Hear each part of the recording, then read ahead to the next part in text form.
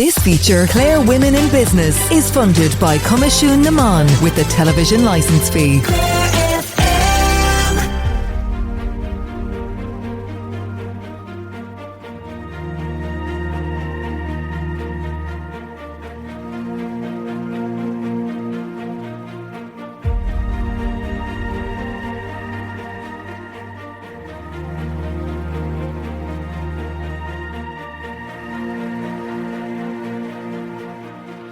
Welcome to this week's episode of Clare Women in Business on Clare FM. Róisin McMahon is owner of Greygate Interiors based in Lissycasey, County Clare. She was born, raised and educated through Irish in Carrow, County Galway. She enjoyed both art and science in school, but afterwards Róisin wasn't sure which direction to take. She opted to pursue the science route and went on to study fine chemicals and pharmaceuticals. Róisin worked for a small company in Spiddal before taking time out to travel to Australia with a college friend.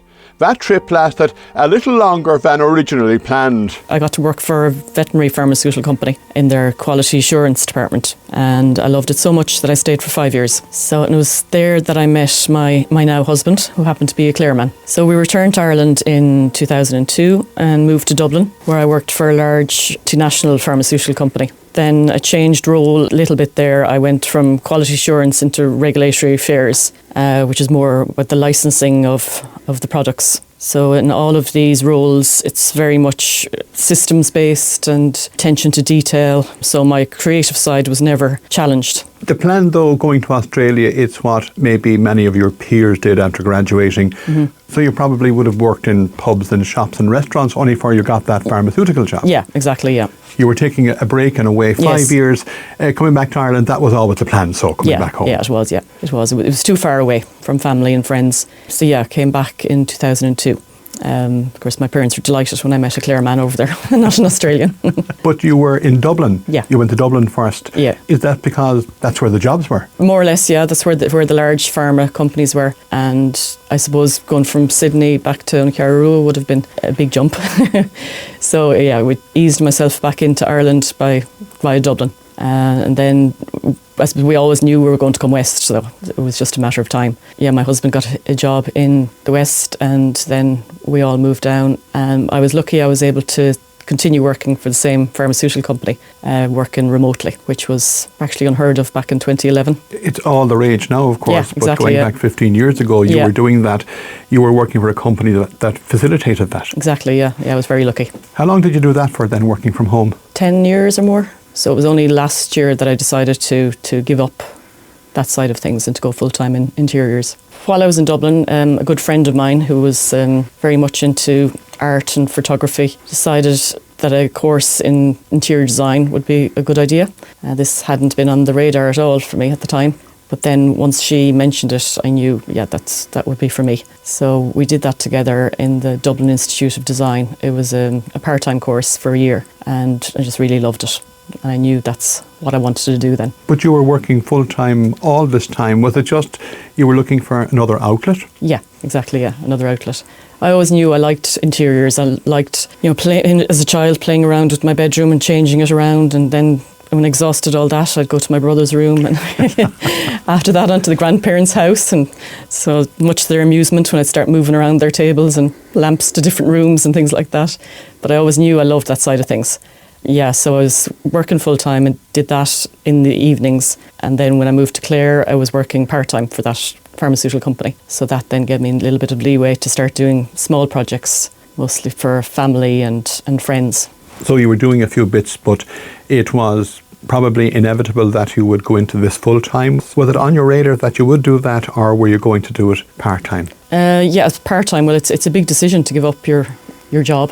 With the salary protection and pensionable and all that. So yeah, as the projects got bigger, I knew that I'd have to make that decision one day if I wanted to do it properly and to concentrate on it. So yeah. But were you thinking down the road at any point while you were working for that big company that you might have your own business? No, not really.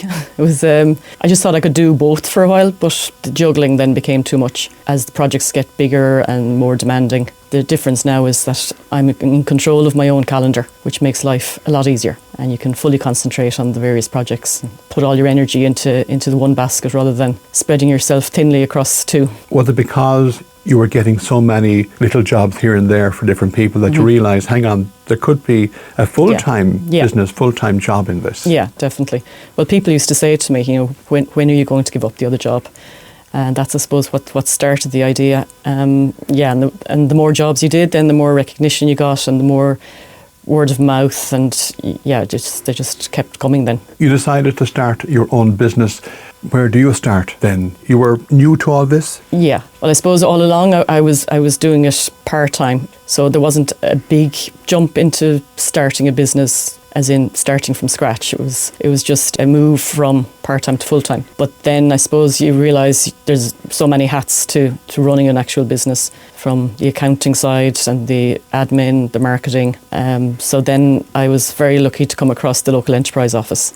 I know they'd always been there in the background, but I didn't realise they had supports that would help me. So I did the female entrepreneur course, 6-week course for women in business, and that was the game changer, really. It gave you the confidence to pursue all the different avenues, that there wasn't just word of mouth, that you could advertise yourself, that you could, put yourself out there and then get the ideal clients, the people that you really want to work with, and the bigger projects. I suppose with Leo as well, there's so many supports there that you just don't realise, and you don't realise that they could apply to you. So that was a big help. Did any of your experience, Róisin, from your studies or working in the science world, did any of that help you with your new business? Yeah, definitely. In my regulatory affairs role, your attention to detail is the most important.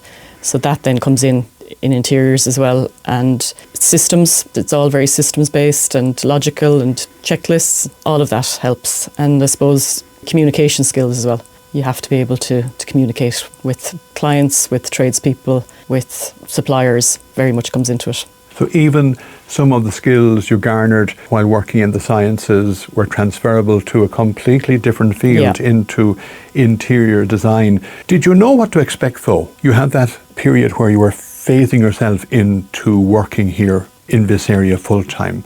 But were there still any surprises or shocks or challenges you faced in setting up that business? A few of the challenges I faced, I suppose, when I started up the business was around pricing and how to price for jobs, and time management. So they would have been the two main issues I had, and going through Leo really helped me with that and ironing them out through courses and one-on-one mentoring. And then through networking, I suppose, and talking to other women in business or other business owners, we managed to iron out those little problems. I threw myself into the whole networking thing at the same time. So it wasn't really like I took a leap on my own. Everyone was there to help me. All the other women in business that I was networking with all had the same challenges. So it was much easier to navigate those waters then. Some people have gone it alone, as it were. They set up their business, got no support from anybody. Did you feel that you needed to have support, or did you avail of the support because they were there? Initially it was because they were there, but then realised how much easier it was making my life. What exactly then, Róisin, are you doing? So I work both with residential and commercial clients. I've done a couple of hotels and cafes. You'd go from either like a colour consultation would be the smallest up to a new build, and everything else in between. It could be one room, it could be the whole house, it could be this house just isn't working for us, can you help? Or these colours are getting us down, can you help? Just things like that, or clutterness when you come in the door, all those sort of projects. I'm mostly on Instagram, but I'm working on a website as well in the background, just to have all the questions answered, I suppose, for people in the one platform. People might think that interior design would normally be associated with a home, a domestic residence, a domestic property. It's a far broader area than that, isn't it? It is, far broader. Yeah, so say for a cafe, then you have to take health and safety into consideration, the flow of if it gets very busy, getting around tables when you've a full cafe, and how you need to move around. So you consider everyone from the chef to the front of house. And then marketing want to know, how's the place going to look? How are we going to market this? There's a lot involved, yeah. How do you promote yourself? You mentioned Instagram and the website's coming as well. How do you promote a business like yours, for example? How do you get word out there? It's been a lot of word of mouth, really. And I suppose in the Midwest, that's how it works, really. Yeah, I suppose when people recommend you, or people say, if the likes of a hotel, they'll tag you that you did their work, and then that they have a large following. So then it goes from there. It's kind of a domino effect, really. It's looking back at it, and you had that period where you built up from the part-time work into a full-time job and your own business. Looking back, would you do it again? Did it go as well as you expected? Was it as easy as you expected, or harder? No, it was easy, because I was moving from juggling too much to then focusing on one thing, and realising that's the thing I enjoy doing most. Yeah, and I'm able to just give it all my time now, and yeah, it made it easier. But you wouldn't have made the break unless you were absolutely convinced and assured that the work was there, that the clients were there. Yeah. I had built up a good network at that stage, both with suppliers here in the Midwest and tradespeople, and with the people in Leo, who would definitely have given the support to do it. With things like one-on-one mentoring, group courses, online courses. They've everything from LinkedIn to TikTok, if you wanted to do that.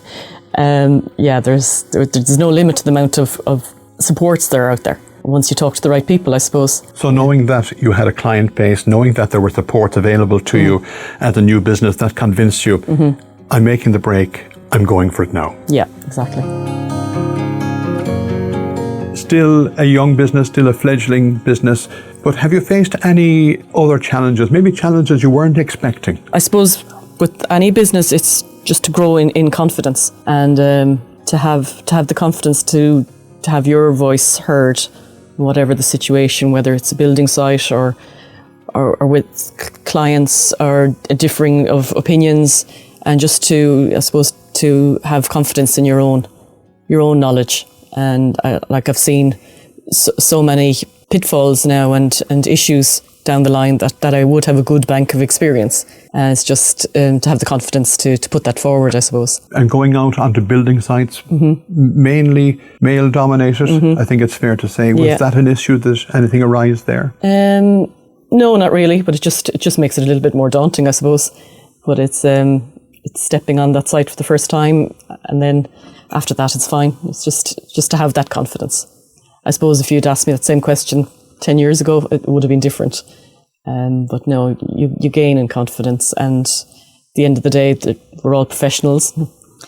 And if your voice is one of reason, they're usually going to listen. If you come with some far-flung ideas, whimsical, they're probably going to throw the eyes up to heaven. But you're there for a reason. I'm there for a reason. And they have to respect your expertise. Exactly. Yeah. Looking down the road, you're working from home. Is that what suits you best? It is, definitely. You can do that from home? Yeah, definitely, yeah. It's the flexibility of it is great. You can be there for the family, and it's quite central as well. Living in Lissycasey, you can get to anywhere. All the west of Clare roads well travelled at this stage now. Yeah. So you could say I'm 50-50, the office car as well. But your job allows you to work from home. You don't need a big premises or a big warehouse or a big office. No. The plan then for the future for Greygate? I suppose continue to grow, preferably here in the Midwest, and to start a website. I suppose to get the name out there, get it more well known than it is, and to continue helping people with their homes. Will you continue to seek supports and use any support that might be available to definitely. you? I'll definitely be keeping an eye on the local enterprise office and their courses, which are amazing, and they're ongoing as well, which is great for people in business because you never stop learning. I did a really good course with them called Female Entrepreneurs, which was great. It was a 6-week course, and it just gave you information on every aspect of being in business, the challenges of being a woman in business. I'll definitely be availing of more of their services because the supports are there for people in business, and they're only delighted for you to avail of them. Is it difficult to find time for those courses, or do you realise that I have to make the time? It's important. It could be very good for my business. Yeah, exactly. You have to make the time. But I've seen the value of them to date, so I'll definitely keep doing them. And it's even the contacts you make and the people you meet, and even just talking to someone about their little problems in work, you say, oh God, everyone has the same issues. Yeah, and the more you talk to these various people in business, the more you realise what is out there as a support that you mightn't have thought of yourself, and something that could make your life a lot easier without realising it. That was Róisin McMahon, owner of Greygate Interiors, based in Lissycasey, County Clare. Next week we'll have our final panel discussion in our Clare Women in Business series. This feature, Clare Women in Business, is funded by Comisiún na Mán with the television licence fee.